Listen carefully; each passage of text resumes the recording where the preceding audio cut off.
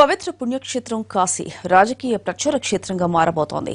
UP చివరి దశ ఎన్నికల్లో భాగంగా అన్ని పార్టీ వారణాసిలో క్యాంపెయిన్ నిర్వహించనున్నాయి. ప్రధాని నరేంద్ర మోడీ ప్రాతినిధ్యం వహిస్తున్న లోక్సభ స్థానం కావడంతో పార్టీలు ప్రతిష్టాత్మకంగా తీసుకుంటున్నాయి.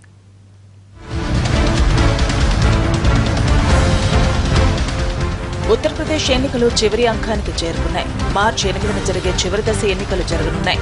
దీంతో అన్ని రాజకీయ పార్టీలు ఆయా స్థానాలపై ఫోకస్ చేశాయి. ఆఖరి దశలో వారణాసి జిల్లాలో ఎన్నికలు జరగనుండటంతో ప్రాధాన్యం సంతరించుకుంది. ప్రధాని నరేంద్ర మోడీ ఈ లోక్సభ స్థానం నుంచి ప్రాతినిధ్యం వహిస్తున్నారు.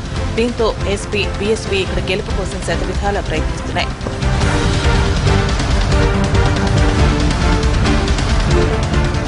ఈ రోజు ప్రధాని వారణాసిలో జరిగే ఎన్నికల ర్యాలీలో పాల్గొనున్నారు. ఉదయం 9 గంటలకు వారణాసి చేరుకోనున్న ప్రధాని మోడీ కాశీ విశ్వేశ్వరుణ్ణి దర్శించుకుంటారు. ఆ తర్వాత కాలభైరవ ఆలయానికి వెళతారు. అక్కడ జౌన్పూర్ వెళ్లి అక్కడ జరిగే ఎన్నికల ప్రచార సభలో పాల్గొంటారు.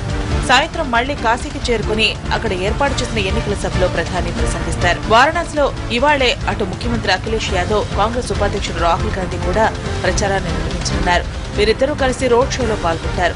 మరోవైపు బీఎస్పీ నేత మాయావతి కాశీ శివార్లో ప్రచారాన్ని జరుపుతారు.